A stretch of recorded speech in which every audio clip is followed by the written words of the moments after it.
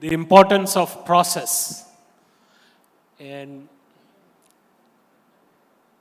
the Constitution is a template for a process of how to hold the country together, how to build a better future, how to enshrine rights. But before we get into the conversation, I wanted to sort of introduce our guest here, a speaker. It's a privilege, sir, to have you here. On the day he retired,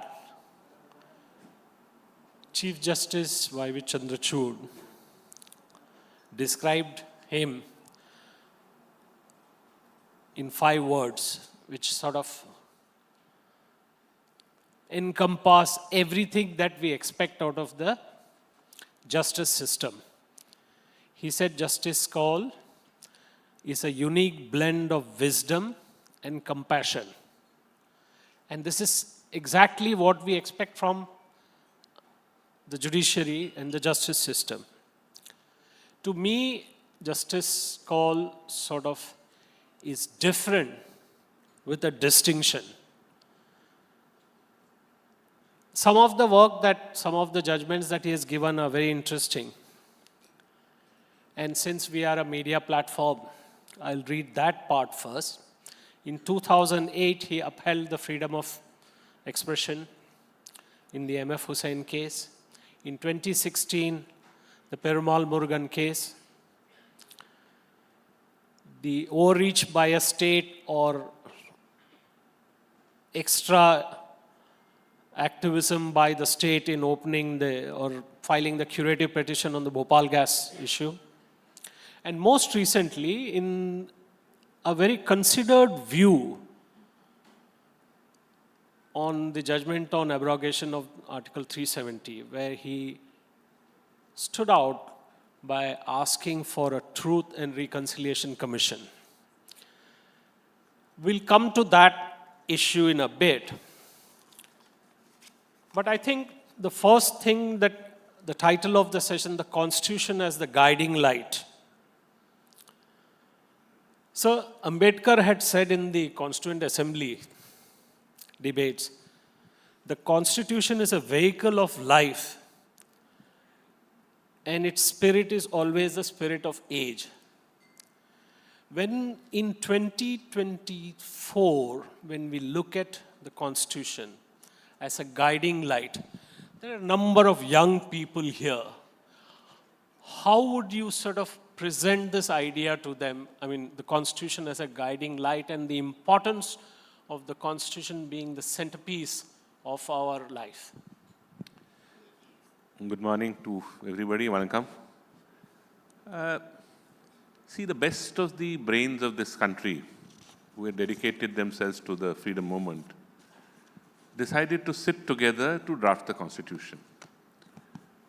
We borrowed from different constitutions. We made the amalgam as one of the most fabulously written constitution. And it was said that if something goes wrong, it's not wrong with the Constitution, it's the way the people work it.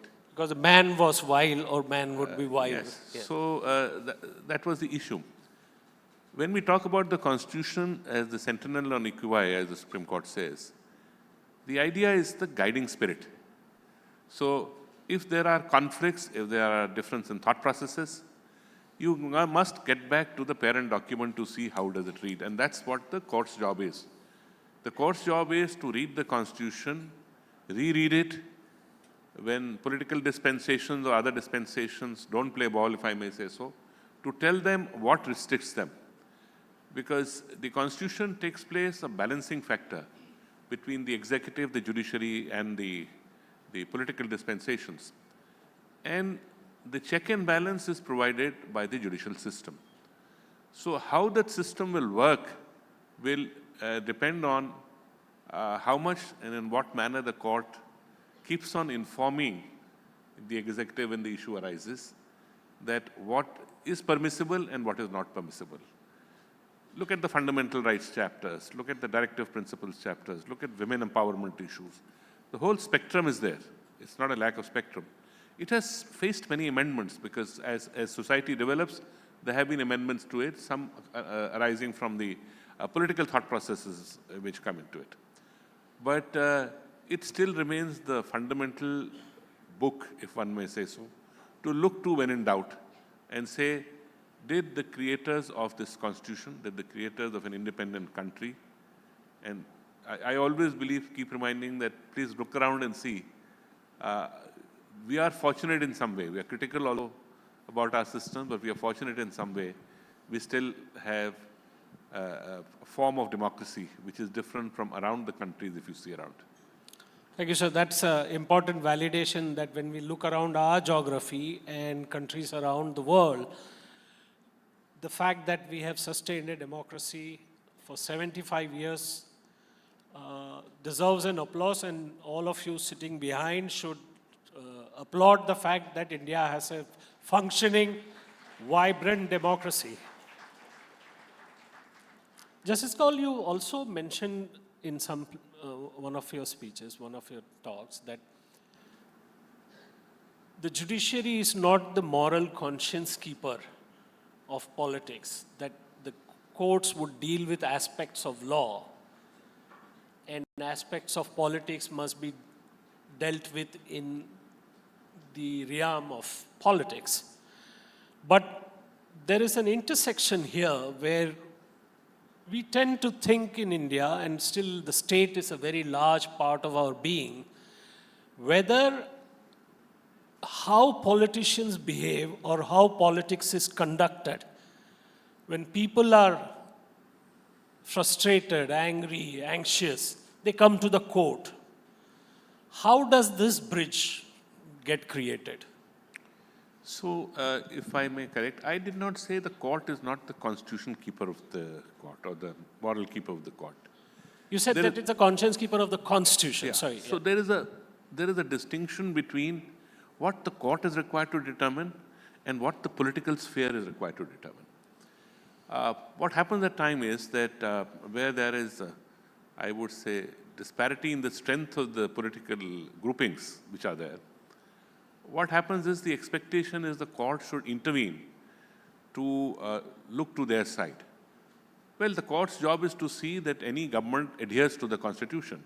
Sometimes there are coalition governments which are not so strong. There may be single party rules as we see today, and we've seen it in the past where the governments are strong. To that extent, the court roles becomes a little more active in ensuring that the fundamentals of the constitution are in place. But it cannot be, what I said is a substitute for the political arena issues which need to be addressed in the political arena alone. That's what I was seeking to emphasize, that we have under this often public interest litigations or some connected matters, a thought process which was developed to help the underprivileged of the society, that should not be utilized to settle the political issues which are there. If there's a legal-political issue, suppose there's an interpretation of it. We've seen this in interplay of the state's role and the role of the central government. The court will certainly step in to take a call and decide what should be the role which each of them should perform. So that's the distinction I'm seeking to carve out, that the political issues should be settled in the political domain. The political legal issues can be determined in the courts. So if I may sort of try and interpret this a little better, is that the point is that the courts cannot be expected to play the role of the opposition in a system where the domination is greater. But, and you also spoke about empowering all parts of society to nurture this project, which is the project of nurturing the Constitution.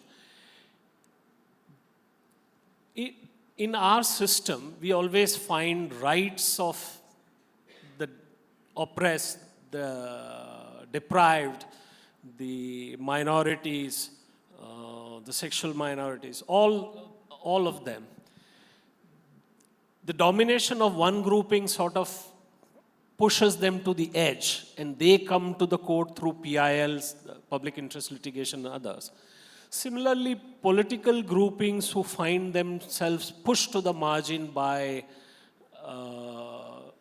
a wave of support to the other side, they tend to come and look for you, look to the courts to sort of step in and, maybe extend. Now, the point that you make that the court can't be expected to play the role of the opposition in any system, but people expect change, people expect redressal. So if you were to go, we were to go back to this very important point that you made, that we must empower all parts of society. This is a huge project. How does this get done?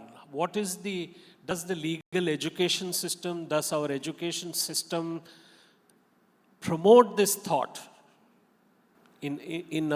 across our society? Is there enough debate about these issues? So let me say this, something which has troubled me, and I've spoken more than once, is that we are a very diverse country. There will be difference of ideas, there will be difference of perceptions. And the willingness to accept the different perceptions and carry on is very important. Some way I find the dialogue becoming less, more academic in its terms, and the ability to carry people along is under challenge. It can't be a my way or highway principle in this scenario, in a country like ours. So that's the challenge which arises, and the court is required to intervene and support certainly the marginalized sections. There may be different methods of those minorities. So I'm not saying those people will not come to court. It may be, you've seen the recent past, many issues have cropped up. Last example was the same-sex marriage issue. Well, there are social issues which need to be debated, and sometimes socially acceptable, sometimes it is taking time. So I always give the example of that case as a journey. Journey in the sense, many years back when decriminalization had to take place. I was fortunately, unfortunately, part of, just joined the bench when this matter came up. And I told my senior judge that we must issue notice and examine this. I tried to be a little more adventurous to see that it must be decided now, which I was told you are still young in the judiciary, just wait, there are some things which take time to work it out. It went through a journey of being dismissed, going to Supreme Court, remitted back, debate taking place, and ultimately the High Court ruling in one way, the Supreme Court in another way. Finally, those people got what they thought was due to them. So the social churning also takes time at times, and so does the judicial churning takes time. I certainly feel that the sections of the society, the fact that you are in a minority grouping in any form, certainly you are entitled to an equal treatment, and the Constitution steps in. And we as judges are required to step in to ensure that those sections are able to lead their life within the domain of the Constitution without any interruption. So, Justice Kaul, one of the things that, if I step away a little bit from the philosophical underpinnings of the Constitution and the issues, there is a sense that sometimes judges in one level make a decision, then it gets overturned in another, or cases are sent back. And the government seems to think that this reflects on the quality of the judges that are in the system. You had, on your retirement, sort of mentioned this in one of the interviews, that probably the way we bring in, appoint judges, the way the collegium system works. And you made a very important point that the NJAC, the National Judicial Appointments Commission, could have been made to work, that it could have been tweaked. I had 2 points to it. Do you think that the NJAC would have been a better system than the current collegium system? And a more important question is, does the current collegium system affect the merit of the judges that are appointed, or is there, being very careful with using the word, that certain interests or certain interested people's appointments carry through what within the judiciary is called the uncle's phenomena. Is the quality of judges that we have, I'm not even talking about the subordinate judiciary where things need to improve really, but in the higher judiciary, is the collegium system a barrier or a hurdle to appointment of quality judges? So let's see how originally the appointment system began. The Constitution had a particular system. We continued with it till early 1990s. And then it was felt that some changes were required and the collegium system was defined. It worked well for many years, there's no doubt about it. But somewhere down the line, I felt there were challenges which arose because the political system felt that the Constitution devises a method by which the political dispensation has a say in it, and it should not be exclusively judges appointing judges. The fact is, even in the collegium system, there is an interaction which takes place in as much as the opinions, the system works in a manner where judges are recommended by a collegium, it travels to the executive, opinions are taken, state opinions, central opinions, goes to the collegium of the Supreme Court, then the appointments take place. So it's not that the consultative processes were not there, they were there. And, but my question was that ultimately the Parliament enacted the NJC. It got quashed when I say in retrospect that it could have worked was that it constituted a committee of 6 judges, 6 persons, out of which 3 were judges. So feeling was that predominance of the judiciary would be affected, that the manner of working may create a deadlock, and that's why it was struck down, because before that the Venkatachalaya committee also looked into it. Possibly a 5-member committee could have worked. The political dispensation talked about a 6-member committee. My view was if the Chief Justice had possibly granted the casting vote, it could have worked. This is arising from the fact that the appointment process is too slow. It takes too much of time, and which is causing a grave concern because it is becoming difficult to persuade the legal fraternity or the bright minds to accept position on the bench. I think that's the challenge which I'm concerned about. And it's not the, as it's said, I'll say openly, the uncle syndrome working. I think I have personally tapped a number of first-generation lawyers from national law schools, trying to personally persuade them. I felt as a judge it was my job to persuade a good talent to come onto the bench. Most of them are unwilling. And one of the reasons is, maybe one reason could be monetary, but more than that, they say that it takes too much of time, and what is the guarantee that if we are willing to make the sacrifice, ultimately this matures into an appointment. So what is happening is, I feel a backroom dialogue takes place. The collegium system would have at least people sit across the table and debate out and tell them why certain appointments must be made or why certain appointments can't be. Sorry to interrupt, just for our audience to understand. The process involves no face-to-face engagement between the judiciary and the executive. No. And would that be a good idea to have a kind of face-to-face engagement? Yes, because what happens is the file moves, you make notings on the file, comes here, then again goes back. And yet, I do believe informally discussions do take place. So why not have it formally, those discussions, so that we have a more open system in it, in the appointment process. In an open system, I don't mean we sit like this in a public debate and debate whether a person has to be appointed a judge or not. The only idea is it's a more system-oriented process which the appointment can take place. I may even say that we are wiser after the event, because I'm sure the people who set it aside at that time thought that the continuing system would be better, though at least I'm aware 2 of the judges out of the 5 later on said that it was possibly a mistake. So that's the basis on which I made the comment, that we must encourage the best of talent to come. The national law schools are producing some of the brightest minds today. Those law schools, national, we have Sastra here, so many of them have produced students.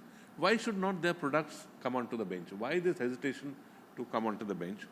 I believe the process is not very conducive to getting the best of the talent.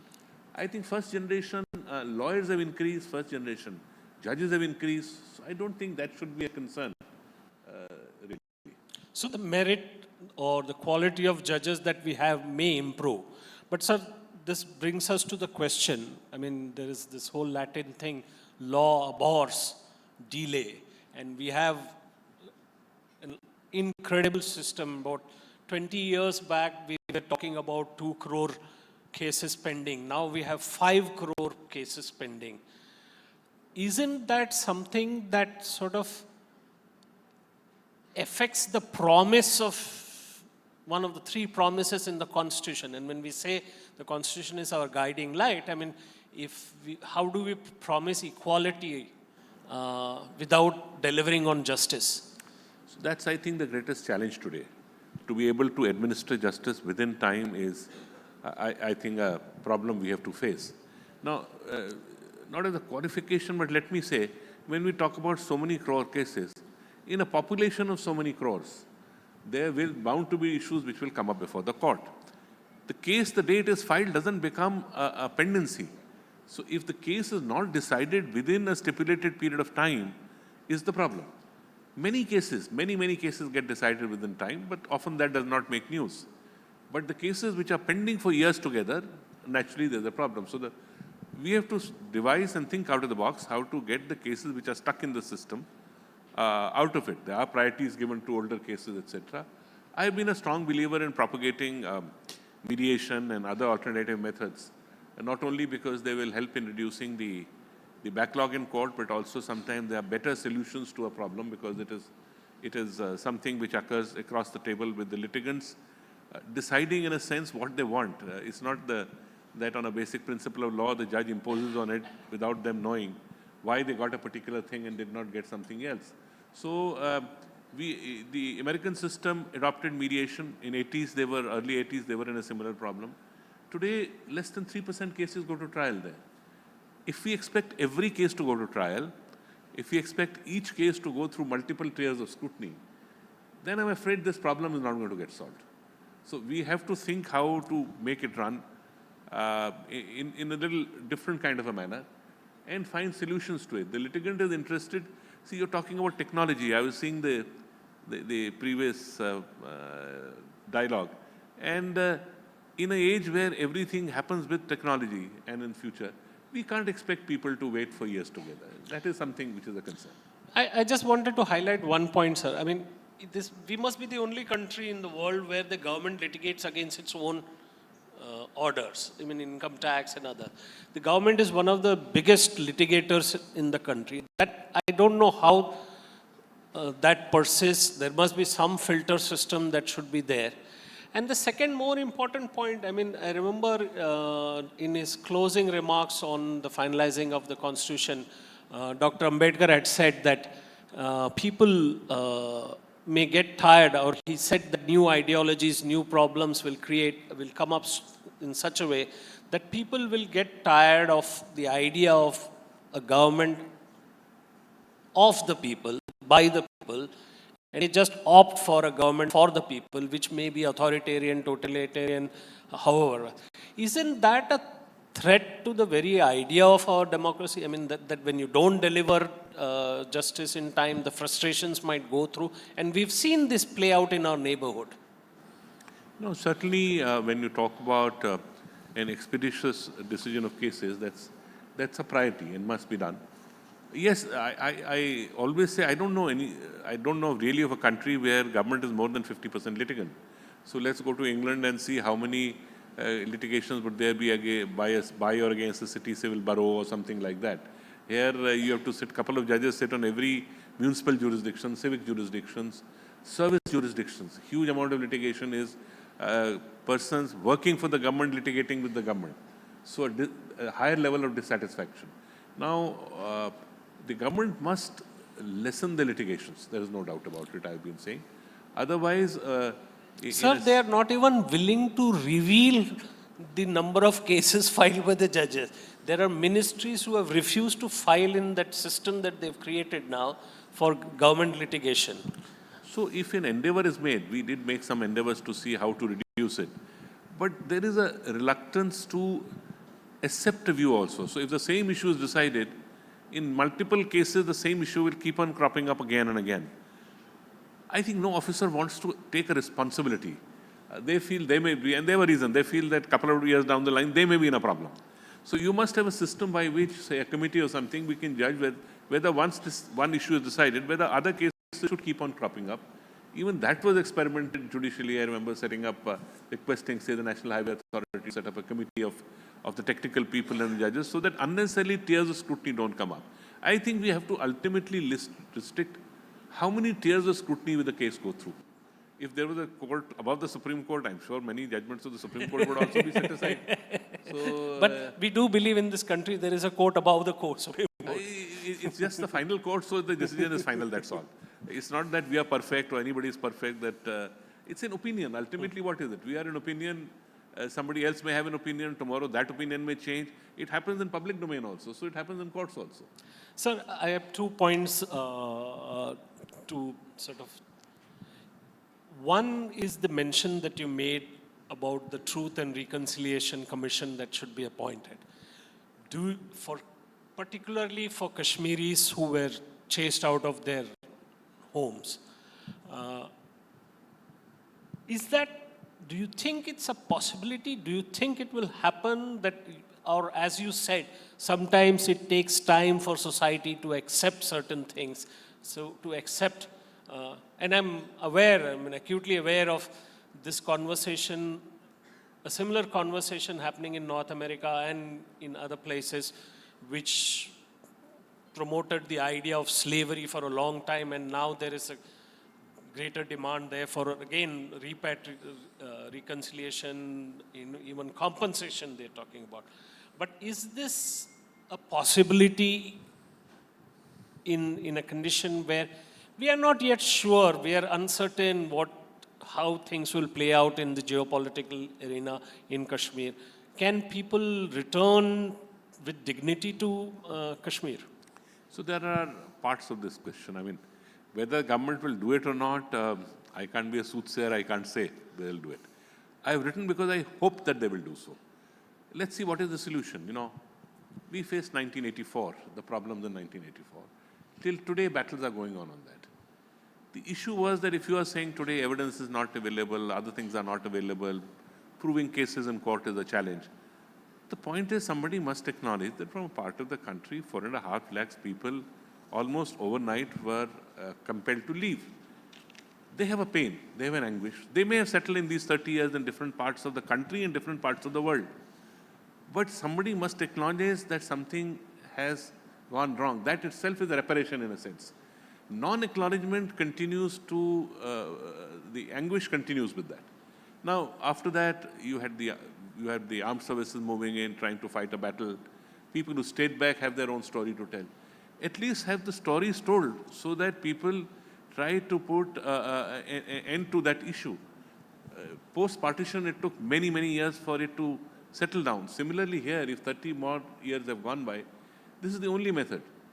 That's what I believe. Whether those people will come back to their home in hearth, well, I'm doubtful that everybody is going to come back. That's not how it will occur. But people migrate. People voluntarily migrate from villages to cities for job and other reasons.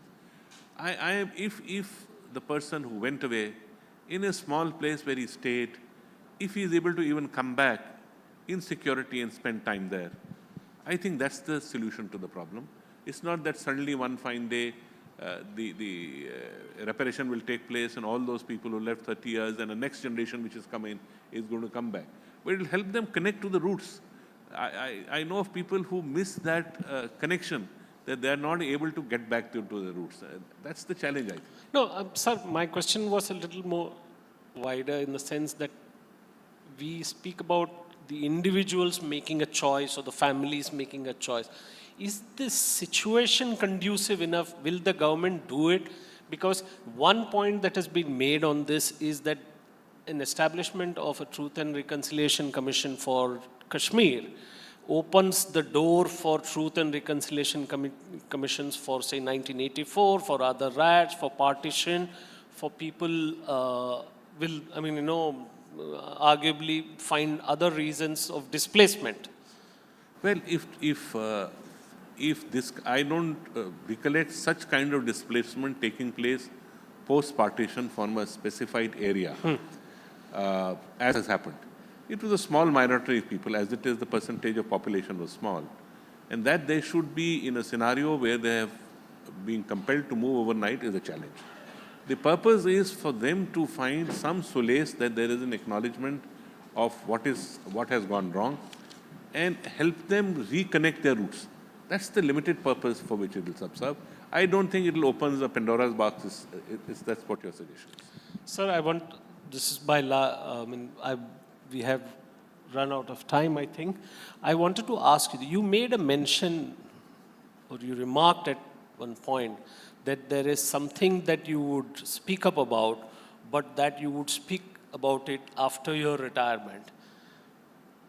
And that mystery persists, so I was wondering if you would speak about that. And none of us knows, we don't know what it was actually on your mind that you wish to speak up about.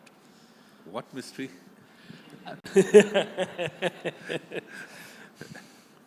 See, there are some things which happen in the system, I believe should not have happened or happened. Everything can't be in public domain. But I only said that, it's a continuous endeavor to find a better and more transparent system.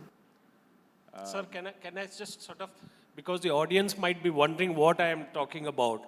This was a very important case that you had heard, and it came up for review, and it was to be heard by your court, and it turned out that you were not going to hear that case. So that it's in a decided case and application, we were trying to, well, if some people say yes, push the government to make appointments because that's what is required for them to do. It was towards the end of my tenure. I had held it. The master of the roster principle comes in. The Chief Justice defines where the role has to go. In any case, they had to go somewhere else after the end of December. So it hopefully should go somewhere and appear. That's what my concern is. I really did not know why it happened, but I leave it at that. So there is no more secret to that. We won't. No. I'm hoping that this would be part of your memoirs or something. What I will write and when I will write is an issue. I think some things should be written much after the relevant time. It's better that way, rather than on the first finger at the relevant time. I guess justice is also a dish served best cold, I guess. Yes. Mr. Chawla has a question. Sorry, Justice Kaul, because this is a question as a journalist I'm asking, because Mr. Shankkar Aiyar was indulging in academics, I'm indulging in reporting. Question is that there is a general perception that quality of judges is gone down substantially during the last 10 years. Quality of judges which are there is not happening because of selection process bad. Do you agree that quality of justice being appointed is more guided by caste, community, and relationship? No, the appointment process certainly has many spectrum issues coming up now. There is a feeling that representations of different sections of society needed. The regional, we are a large country, the regional representation takes place. It was a smaller court earlier, when you're talking about the Supreme Court or the High Court. Number of judges have expanded over a period of time. So representative characters has its own challenges.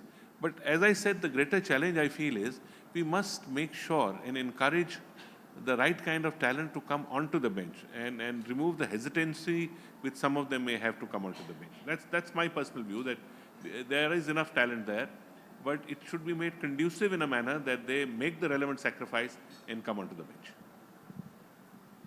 I guess Prabhu's question was that are bad judges being appointed? No, I think the check and balances are too many. Yes, there is no perfect system. There may be cases which do not. I had a wonderful opportunity to appoint judges in Chennai. Out of the committee collegium I headed, we recommended 60 judges. 46 judges were appointed to this court. Some of them have performed wonderfully well.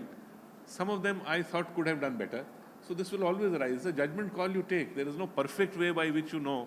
When you appoint somebody in your corporate domain, you really don't know how it will work out 5 years down the line.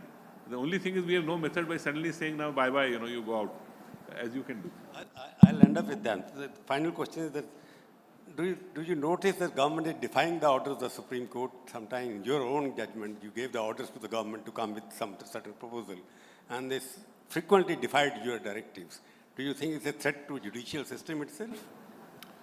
We must be, I'm strongly of the view, must be able to implement our orders. Either don't pass orders. If you pass orders, you must be able to get it done and implement it. We can't have a scenario where a government of the day says that what is palatable is accepted and what is not, because we tend to rule both against and for the government.